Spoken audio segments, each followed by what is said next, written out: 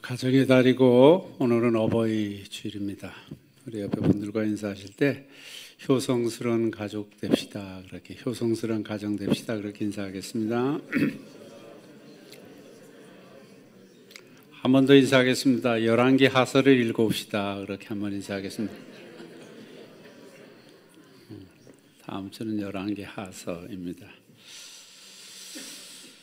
매년 하던 어버이 주일 예배는 부모 공경과 순종, 그리고 어떻게 부모님에게 효도를 다할 것인가 하는 말씀의 메시지의 핵심이겠죠. 어느 교회나 같은 내용일 겁니다.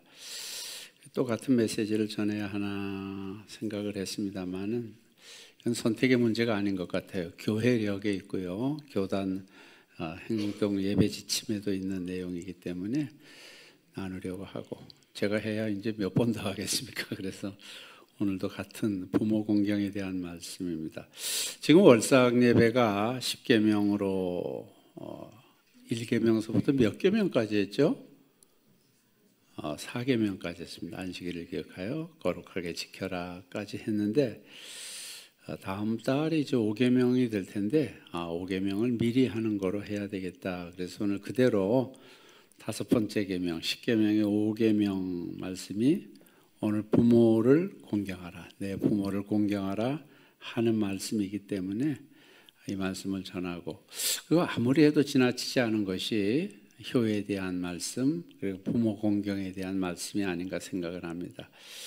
우리 잠깐 영상 하나 볼 텐데, 의인의 아베는 크게 즐거울 것이요 지혜로운 자식을 낳은 자는 그로 말미암아 즐거울 것이니라. 내 부모를 즐겁게 하며 너를 낳은 어미를 기쁘게 하라는 말씀을 중심으로 우리 영상 짧은 거 하나 한번 보시겠습니다.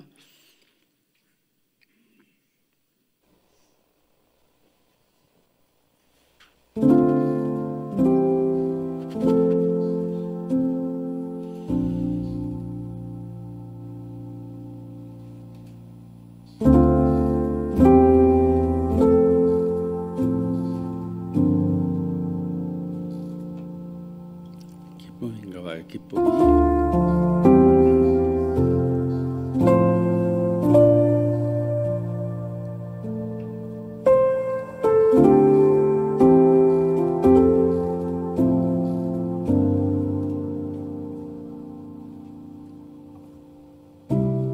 계속 주어도 부족한 게 부모의 마음입니다. 잘해주어도 미안한 게 부모의 마음입니다.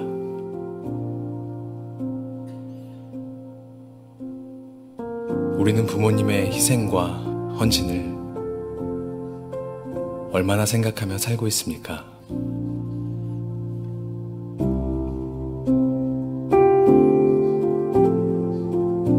고맙고 눈물이 나는 이름,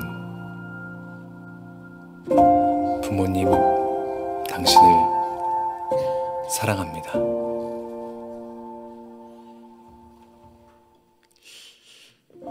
아마 여러분도 보셨는지 모르겠습니다만, 그 모 생명보험회사에서 좀 이색적인 광고를 한 적이 있습니다. 그래서 사람들이 시선을 끌었던 적이 있는데요, 아버지와 어머니에 대한 내용입니다. 그대로 한번 읽어볼게요. 이제 아버지에 대한 겁니다. 29살. 14시간을 기다려서야 자식의 울음소리를 들을 수 있었습니다. 14시간 동안 출산의 시간이 있었던 것 같아요. 그때 당신은 당신도 모르게 기도를 올렸습니다. 37, 30년 지났습니다. 자식이 초등학교에 들어가 우등상을 탔습니다. 우등상 다 한 번씩 타셨죠? 대답은 안 하시네. 당신은 액자를 만들어 가장 잘 보이는 곳에 걸어두었습니다. 아직도 당신의 방에는 누렇게 바른 액자가 걸려 있습니다. 43살. 일요일 아침 모처럼 자식과 뒷산 약수터로 올라갔습니다. 이웃 사람들은 자식이 아버지를 닮았다며 인사를 건넸습니다. 당신은 괜히 기분이 좋았습니다. 48. 자식이 대학 시험을 보러 갔습니다. 당신은 평소와 다름없이 출근했지만 하루 종일 일이 손에 잡히지 않았습니다. 53. 자식이 첫 월급을 타서 네일을 사왔습니다. 당신은 쓸데없이 돈을 쓴다고 나무랐지만 밤이 맞도록 그 네일을 입어보고 또 입어봤습니다. 61, 이제 회갑이네요. 딸이 시집을 가는 날이었습니다. 딸은 도둑 같은 사위 얼굴을 쳐다보며 한박 웃음을 피웠습니다. 당신은 나이 들고서 처음으로 눈시울이 붉어졌습니다. 오직 하나 자식 잘되기만을 바라며 살아온 한평생. 하지만 이제는 희끗희끗한 머리로 남으신 당신. 우리는 당신을 아버지라 부릅니다. 어머니 광고는 이렇게 나옵니다. 21. 당신은 고개를 2개 넘어 얼굴도 본 적이 없는 김씨댁의 큰아들에게 시집을 왔습니다. 옛날엔 그랬잖아요. 26. 시집 온 지 5년 만에 자식을 낳았습니다. 당신은 그제서야 시댁 어른들한테 며느리 대접을 받았습니다. 32. 자식이 밤늦게 급체를 했습니다. 당신은 자식을 업고 읍내병원까지 20리를 달렸습니다. 40. 그의 겨울은 유난히도 추웠습니다. 당신은 자식이 학교에서 돌아올 무렵이면 자신의 외투를 입고 동구 밖으로 나갔습니다. 그리고 자식에게 당신의 체온으로 덮여진 외투를 입혀 주었습니다. 52, 52세. 자식이 결혼할 여자라고 집으로 데려왔습니다. 당신은 분칠한 얼굴이 싫었지만 자식이 좋다니까 당신도 좋다고 하였습니다. 60. 환갑이라고 자식의 모처럼 돈을 보냈습니다. 당신은 그 돈으로 자식의 보약을 지었습니다. 65. 자식 내외가 바쁘다며 명절에 고향에 못 내려온다고 했습니다. 당신은 동네 사람들에게 아들이 바빠서 아침 일찍 올라갔다며 당신 평생 처음으로 거짓말을 했습니다. 오직 하나 자식 잘되기만을 바라며 살아온 한평생. 하지만 이제는 깊게 주름진 얼굴로 남으신 당신, 우리는 당신을 어머니라 부릅니다. 많은 사람들이 이 광고를 보고 본인의 이야기는 아니지만 너무나 감정이 통했는지 많은 사람들이 광고를 보고 울었다 그래요. 어머니와 아버지의 자화상이 그려져 있는 내용의 광고고, 그를 통해서 부모의 사랑이 무엇인지를 느낄 수 있었다고 합니다. 겨자씨에 간단하게 어버이날 유래가 기록이 되어 있습니다. 여러분들이 읽어보시면 될 것 같고요. 많이 들으셨을 겁니다. 오늘의 말씀은 최초로 기록된 십계명 중에 제5계명입니다. 십계명이 너무 중요하기에 하나님께서 직접 돌판에 쓰신, 유일하게 하나님이 직접 쓰신 계명입니다. 그리고 이것이 어디에 들어있어요? 소중히 여기는 법궤 속에도, 법궤에 뭐뭐 들어있죠? 아론의 쌍난지팡이, 만나, 그 다음에 십계명, 이 3개가 들어있잖아요. 너무나 중요하기 때문에 이 3개는 법궤를 만들어서 간직하고 다닐 때마다 가지고 다니라고 했던 법궤 속에 있습니다. 그래서 우리 월상 예배에서 나누면서 4계명까지 나눴습니다. 4계명은 뭐죠? 무엇을 기억하여? 안식일을 기억하여 거룩하게 지켜라 였습니다.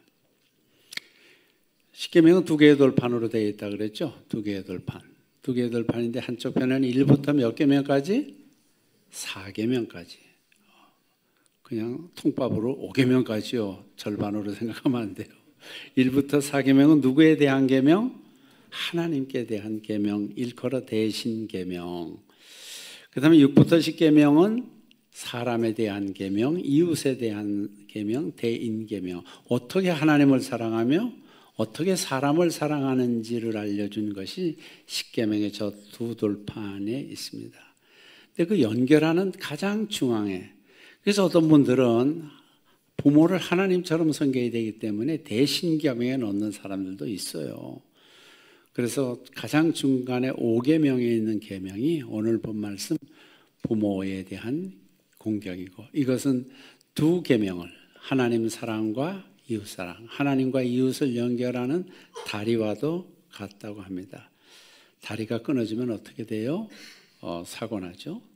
사람도 지나다니지 못하고 그렇습니다. 연결하는 다리와도 같이 하나님 사랑과 이웃 사랑은 동전의 양면처럼 매우 중요한 하나님께 대한, 이웃에 대한 주신 계명 가운데 있습니다. 그래서 사도 요한은 이렇게 말했습니다. 요한 1서 4장 20절에 보면 누구든지 하나님을 사랑하노라. 저 하나님 사랑해요. 이렇게라고 말하면서 그 형제를 미워하면 이는 거짓말하는 자니 보는 바 그 형제를 사랑하지 아니하는 자는 보지 못하는 바 하나님을 사랑할 수 없느니라. 우리가 이 계명을 주께 받았으니 하나님을 사랑하는 자는 또한 그 형제를 사랑하지. 그 형제라고 하면 물론 가족 형제도 있으며 이웃까지 포함하는데 그러나 그 가족을 사랑하지 못하면 어떻게 이웃을 사랑하겠습니까? 그 중에서 가장 하나님이 주신 하나님의 대리자인 부모를 사랑하고 공경하지 않는다면 어떻게 우리가 사랑한다는 말을 할 수 있겠습니까? 이 둘을 하나로 이어주는 온전한 계명, 내 부모를 공경하라. 잘 공경하지 못하면 하나님을 공경하는 것도 힘들다는 겁니다. 그런데 예수님께서 그렇게 고르반을 예를 들어서 말씀하셨어요. 고르반은 무엇인지 아시죠? 요거는 하나님 거예요. 그러면서 고르반을 이렇게 정해놓으면 이건 누구도 손 못 댑니다. 이거 오직 하나님만이 사용하시는 거예요. 월급 타서 고르반 해놓으면 이 고르반. 그건 하나님 겁니다. 누구도 손. 그래서 그 당시 사람들이 어떻게 했습니까? 너희는 이제 사람이 아버지에게나 어머니에게 말하기를 내가 드려 유익하게 할 것이 지금 그 물질이 돈이 고르반 하나님께 드림이 되었다고 하기만 하면 그만이라 하고 이건 하나님께 드렸습니다. 자기 아버지나 어머니에게 다시 아무것도 하여 드리기를 허락하지 아니하여 너희가 전한 전통으로 하나님의 말씀을 폐하며 책망하시면서 그래. 이건 너희들이 전통 만들어서 하나님께 드리는 것을 드리지 않으면서 그렇게 전통 만들어서 부모에게 효도하지 않는 이런 일들을 너희들이 많이 행하느니라라고 말씀하셨습니다. 제가 차준희 교수님의 십계명 책을 보았는데 거기 보면 그런 내용이 있어요. 패러디를 좀 했어요. 고린도전서 13장 말씀. 제 아무리 사람의 방언과 천사의 말을 할지라도 부모님께 인정받지 못한다면 소리나는 구리와 울리는 꽹과리가 되고 제 아무리 내가 예언하는 능력이 있어 모든 비밀과 모든 지식을 알고 또 산을 옮길 만한 모든 믿음이 있을지라도 부모님께 인정받지 못한다면 아무것도 아니요. 내가 내게 있는 모든 것으로 구제하고 또 내 몸을 불사르게 내줄지라도 부모님께 인정받지 못한다면 내게 아무 유익이 없느니라 라고 패러디는 너무나 좋은 것 같아요. 그래서 부모 공경은 인간 최고의 윤리입니다. 최고며 최초의 윤리입니다. 다 같이요. 부모 공경은 시작. 부모 공경은 인간 최고의 윤리입니다. 최고입니다. 가장 최고며 최선의 윤리입니다. 십계명에서 그래서 윤리적 계명, 사람들과의 관계, 사람을 사랑하는 계명의 첫 번째로 부모 공경에 대해서 두셨습니다. 가장 중요하다는 거죠. 그러면 신명기 27장에는 저주 계명이 나와요. 저주 계명 어떻게 하면 저주 받을 수 있는지 잘 기억하시면 좋겠어요. 그중 첫 번째가 바로 부모를 경휼히 여기는 것, 가볍게 여기는 것입니다. 신명기 27장 16절에 보면 그의 부모를 경휼히 여기는 자는 저주를 받을 것이라 할 것이요 모든 백성은 아멘 할지니라. 그 다음에 잠언서에서도 너 낳은 아비에게 청정하고 내 늙은 어미를 경히 여기지 말지니라 라고 말씀하십니다. 미가 선지자도 말해요. 인간이 당하게 될 최악의 심판은 자기 가족도 믿을 수 없는 세상이 되는 거라 그랬어요. 그래서 그것을 미가서 7장 5절에 너희는 이웃을 믿지 말며 친구를 의지하지 말며 내 품에 누운 여인에게라도 내 입의 문을 지킬지어다. 이거 잘 하시고 계시죠? 내 품은 여인에게라도 입 잘 닫아라. 이거 잘못 말하면 큰일 납니다. 그래서 이들이 아버지를 멸시하며 딸이 어머니를 대적하며 이 가족이 그렇게 깨지는 거예요. 며느리가 시어머니를 대적하리니 사람의 원수보다 왼수가 더 좋은 것 같아요. 원수가 곧 자기의 집안 사람이로다. 여러분 원수들과 잘 사시고 계시죠? 원수가 된다. 이게 무슨 말씀이에요? 이렇게 되면 예수님께서도 그 말씀을 또 똑같이 인용을 하셨어요. 마태복음 10장에 보면 내가 온 것은 사람이 그 아버지와 딸이 어머니와 며느리가 시어머니와 불화하게 하려 함이니 이게 서로 사람의 원수가 자기 집안 식구니라라고 말씀하셨습니다. 그래서 더 사랑하는 자는 내게 합당치 아니하고 가족을 더 사랑하는 자도 내게 합당치 아니하니라 이런 말씀을 하셨어요. 이런 상황이면 세상은 지옥과가 될 거예요. 가족을 믿지 못하고 가족을 사랑하지 못하고 가족의 신뢰를 두지 못하고 가정이 평안하지 않고 관계가 깨어지는 것은 아마 지옥과 같은 삶을 살아갈 거예요. 여러분도 뭐 다 그런 경험이 있으시죠? 가족이 굉장히 불편해요. 힘들어요. 싸웠어요. 집에 들어가고 싶은가요? 안 들어가고 싶은가요? 만약 남편들이 직장에 출근했는데 전화로 자기 아내와 싸웠어요. 들어가고 싶어요? 안 들어가고 싶어요? 한잔하면 들어가고 싶지만 그렇지 않으면 들어가고 싶지 않아요. 그래서 이런 깨어지는 것이 그 깨어지는 처음이 되는 것이 부모와 자식의 관계라는 거예요. 아마 인생 살만 나지 않을 겁니다. 가정에서 불편한 관계가 있으면 집이 천국이 될 리가 없죠. 생지옥이 되죠, 집이요. 그래서 부모는 자식들에게 생명을 준 창조자가 됩니다. 부모 없이 세상에 온 사람은 아무도 없어요. 그렇게만 생각해도 부모가 있었기 때문에 내가 존재하는 것 아니겠습니까? 그래서 독일의 신학자인 짐 멀리라고 하는 사람은요 이렇게 말했습니다. 이 계명을 자신의 근본을 잊지 말아라. 내가 어디에서부터 왔는지, 내 근본이 어디에서 시작됐는지 그것을 잊지 말라는 계명이다라고 말했습니다. 전 적절한 것 같아요. 그래서 창조주인 하나님은 부모를 통해서 우리를 만드시고 이 땅에 오게 하셨잖아요. 물론 근본은 하나님이시지만 부모를 통해서 오게 하셨다는 거예요. 우리나라 말에도 뭐가 있죠? 무엇이 일체라 그랬죠? 군, 사, 부 일체라 그랬죠. 군은 뭐예요? 군주, 임금이죠. 사는 뭐예요? 스승. 부는 뭐예요? 아버지입니다. 세 가지가 일체이고 그렇듯이 부모 공경도 최고의 윤리임을 잊지 말아야 한다는 겁니다. 그래서 일단 공경이 있어야 순종이 자연스럽다는 것입니다. 자연스럽게 순종할 수 있는 것은 부모에 대한 존경심과 공경심이 있어야 된다는 거예요. 두 번째로 생각할 것은 부모에게는 오직 자식밖에 없다는 거예요. 제가 소제목을 부모에게는 오직 자식입니다. 그런데 정말 자식밖에 없는 것 같아요. 부모를 공경하다라고 할 때 공경은 히브리어에서 카베드라 그래요. 카베드. 그건 누구에게 무게를 둔다. 중요한 분으로 대하다. 중요한 사람으로 대하다. 무겁게 여긴다는 겁니다. 무겁게. 그래서 구체적으로 지속적으로 봉양하는 것, 끝까지 섬기는 것을 말합니다. 입을 옷과 먹을 음식을 제공하는 것이 기본이지만 돌아가신 후에 장까지 그 이후에 그분을 생각하는 것까지 잘 모시는 것을 카베드, 공경한다고 말합니다. 이게 정신적인 것뿐만 아니라 물질적인 외적인 모든 것을 포함한다는 겁니다. 그럼 성경은 왜 부모를 그렇게 섬기라고 했나요? 에스겔서 22장 7절에 보면 그들이 내 가운데에서 부모를 업신여겼으며 부모 내 가운데서 또 두 번째 나그네를 학대하였으며 또 내 가운데서 고아와 과부를 해하였도다. 그들이 잘못하고 있는 죄악 가운데 세 가지를 이야기하는데 나그네와 고아와 과부는 도움 없이 살아갈 수 없는 그런 사람들입니다. 근데 그런 사람들 앞에 제일 먼저 부모를 업신여겼으며 그 죄를 하는데 부모가 먼저 나와요.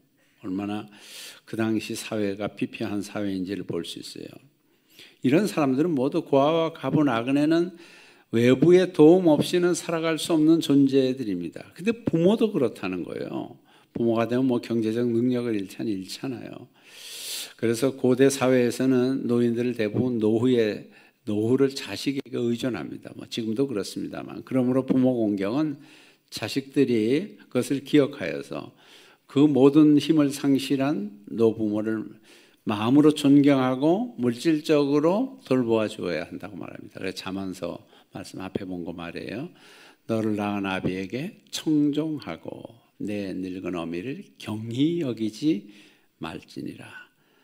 아비를 조롱하며 어미 순종하기를 싫어하는 자의 눈은 아주 눈이 빠져요.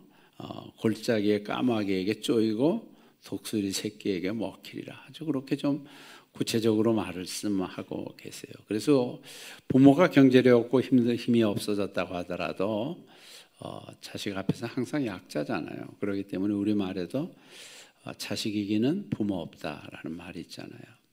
그래서 누가 더 사랑합니까? 뭐 당연 부모죠. 부모가 자식을 사랑하는 것을 자녀가 따라갈 수가 없어요. 우리 아이들이 요즘 애들이 둘 다 늙어가면서 혼자 살다 보니까 외로운지 강아지를 기르기 시작했더라고요. 그래서 강아지를 기르면서 깨달은 게 있다 그러더라고요. 뭐냐 했더니 내가 부모에게 참 잘 못했구나. 저 깜짝 놀랐어요. 말 안 들었다는 거죠. 부모 말을 너무 안 들었다는 것을 강아지 기르면서 깨달았다고 하던데 아무튼 그래요. 그 관계라는 것은 정말 강아지를 사랑하다 보니까 내 부모는 그래 이번에 어버이날은 전에보다 좀 더 많이 보내왔어요. 강아지한테 감사해야 될 것 같아요. 여솜이라 그러는데 하여튼 왜 그런지 여선이가 아니라 여솜이래요. 뭐 저희 어머님도 91세신데 경제력이 없으신데도 어떻게 하면 자식이 뭐 조금이라도 줄까 이렇게 생각을 했어요. 그러지 마시라 그러는데도 뭐 사실 보면 이렇게 경제적으로 돈이 생길 때가 없으신데도 가끔 가다 가면 또 이렇게 챙겨가지고 또 좀 주세요. 받아야지 제가 효도하는 거잖아요. 그래서 또 받아가지고 오는데 어떨 땐 제가 가져간 것보다 더 많이 주시고는 그래요. 그러면서 우리 이병일 장님 지금도 매일 전화하세요 어머니한테? 이제 매일 하세요? 저는 한 3일에 한 번, 5일에 한 번 뭐 이렇게 하는데 여러분들 매일 하시나요? 매일 하시면 좋으실까요? 싫으실까요? 엄청 좋아하실 거예요. 저는 근데 습관이 안 돼서 잘 못되는데 꼭 하시는 말씀이 있어요. 뭐라고 말씀할 퀴즈? 뭐라고 말씀하실까? 목소리 들려줘서 고맙다고. 참 그럴 때마다 늘 그래요. 목소리 들려줘 고맙다고. 이거 하나도 어렵지 않아요. 뭐 늘 손에 들고 있는 건데 24시간 들고 계시잖아요. 근데 이거 뭐 그렇게 잘 안 되더라고요. 그래서 기다리시는 것 같아요. 한 번은요, 갑자기 어머니가 뭐 가면은 또 맛도 없는 걸 또 뭐 이렇게 밥을 하시고. 옛날 어르시니까 솜씨가 뭐 대단치 않잖아요. 그런데 뭘 그렇게 또 미리 간다 그러면 준비를 잔뜩 하세요. 그래서 제가 어떻게 했는 줄 아세요? 불현듯 갔습니다. 불현듯. 갑자기 어디 갔다 오다가 갑자기 들렸더니 깜짝 놀라시면서도 엄청 좋아하시곤 했는데 그 다음부터 전화만 하면 어디까지 왔니? 그러시는 거예요. 그래 내가 희망 고문을 하는 거구나. 그래서 그 다음에 딱 잘랐어요. 어머니 전화 드리고 갈게요. 가면은 왜 전화하면 어디까지 왔냐고 자꾸 그러시니까 그렇게 말씀하곤 했습니다. 부모님의 마음은 우리가 알 수 없는 것 같아요. 어떻게 하면 더 해주고 싶을까? 그래서 전에도 갔더니 냉장고에서 뭐 한 무더기 떡을 꺼내서 주시더라고요. 근데 가자 보니까 상했어요. 우리 집사람 바로 쓰레기통에 집어넣었는데 그게 그 있는 걸 아시면서도 자식 올 때까지 그걸 놔두신 거예요. 그게 부모님들이 뭐 여러분들의 부모님 다 마찬가지잖아요. 그 다음에 무서운 거는요, 불효하는 것에 대해서 성경처럼 엄격하게 이야기하고 있는 법이 없습니다. 5계명은요, 부모의 권위와 통제에 있는 어린 자녀들만이 아닙니다. 모두 어르신과 이 시대를 살아가는 성년이 된 모두에게 다 필요한 말씀입니다. 노인이 되면 뭐 자녀들을 통제할 수 없잖아요. 이미 많은 것을 잃은 약자가 되어 있거든요. 그래 가족을 들벗어나면 생존의 문제뿐 아니라 생의 의미도 별로 없어요. 그래 고대 이스라엘에서는 가정 외에는 노인들에 대한 어떤 대책도 없습니다. 지금이야 뭐 사회적 대책으로 노령연금 있고 뭐 있고 이러지만 예전엔 전혀 없었어요. 그래서 우리나라에도 가끔 뭐 정치인들이 노인 폄훼하는 그런 이야기 나오면 굉장히 화제가 되고 굉장히 피해를 많이 보잖아요. 여러분 구약 성경에서도 노부모에 대한 태도들 제가 성격이 다 있는데 다 찾아 읽어드리진 않을게요. 노인들에 대해서 구타하고요, 저주하고요, 멸시하고요, 조롱하고 착시하고 억압하고 쫓아내기까지 하는 내용이 다 기록이 되어 있습니다. 이렇게 노인들은 자녀들의 손에 생명과 인격까지 다 달려 있거든요. 그래서 성경에서는 이러한 죄에 대해서 엄격하게 책임을 묻고 계십니다. 우리 쉐마 현영수 박사님 오셔서 강력하게 하신 말씀이 있죠. 불순종하는 자녀는 어떻게 하라고요? 어떻게 하라고요? 살려라. 1번 살려라, 2번 죽여라. 성경이 그렇게 말하고 있다는 거예요. 출애굽기 21장 15절에 보면 자기 어머니나 아버지를 치는 자는 반드시 죽일지니라. 뭐 치기야 하겠어요. 그렇지만 그 말로도 칠 수 있잖아요. 그 다음에 그것을 좀 더 구체화한 것이 레위기서에 있어요. 누구든지 자기의 아버지나 어머니를 저주하는 자는 반드시 죽일지니 그가 자기의 아버지나 어머니를 저주하였은지 그의 피가 자기에게로 돌아가리라. 그래서 하찮게 여기고 또 부모님에 대해서 가볍게 여기고 그러는 것에 대해서 평범하게 다루질 않습니다. 아마 이렇게 강력하게 이야기하는 법은 세상 어디에도 없을 거예요. 그래서 부모에 대한 태도는 우리의 생사가 걸린 매우 중요한 문제라는 겁니다. 그래서 자식이 부모과의 관계를 깨뜨리는 것은 매우 엄격한 형벌이 있다는 것을 말씀해 주시고 있어요. 뿐만 아니라 이렇게 우리가 부모님을 잘 섬기는 효도는 반드시 약속이 있는 축복에 대해서도 말씀해 주시고 계세요. 엄격함으로만 말씀하시지 않아요.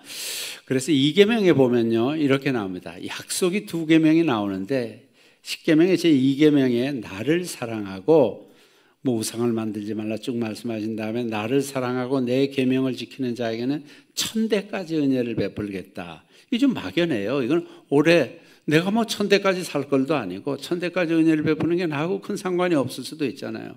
이게 좀 막연합니다. 그러나 5계명은 아주 약속이 분명하고 구체적이에요.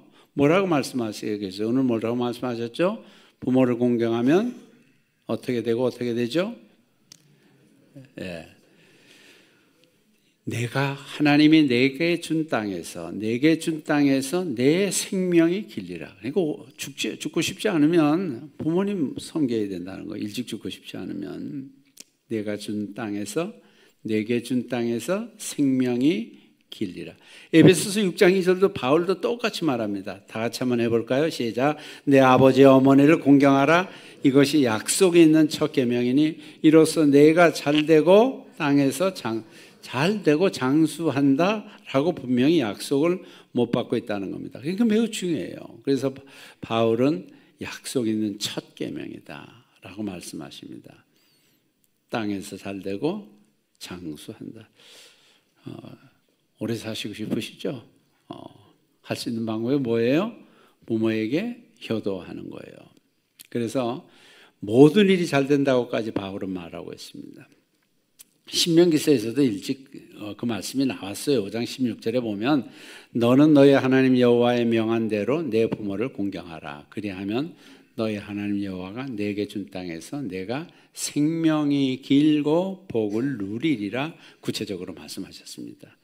그래서 공경하는 것은 하나님께 하는 것 같기에 하나님이 부모를 통해서 우리의 생명을 주셨고 하나님의 대리자이기 때문에 하나님께 마음 다하는 것과 같이 다루신다는 것을 말씀해 주시고 계십니다.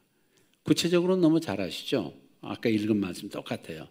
너를 낳은 아비에게 청종하고 내 늙은 어미를 경히 여기지 말지니라.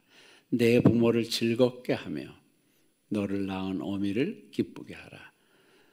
내 아들아 내 마음을 내게 주며 내 눈으로 내 길을 즐거워할지니라 라고 말씀하시고 계십니다. 외경인 집에서의 말씀만 읽고 마치겠습니다. 너는 이 외경인데도요 공동번역에 나와 있고요. 그들은 천주교에서도 외경을 중요시 여기잖아요. 너는 내 아비가 늙었을 때 잘 보살피고 그가 살아있는 동안 슬프게 하지 말아라. 어르신이 슬퍼하지 않도록 해라. 그가 서로 노망을 부리더라도 어르신들 안 부리시잖아요. 근데 혹시 노망 부리면 얼마나 힘들겠어요.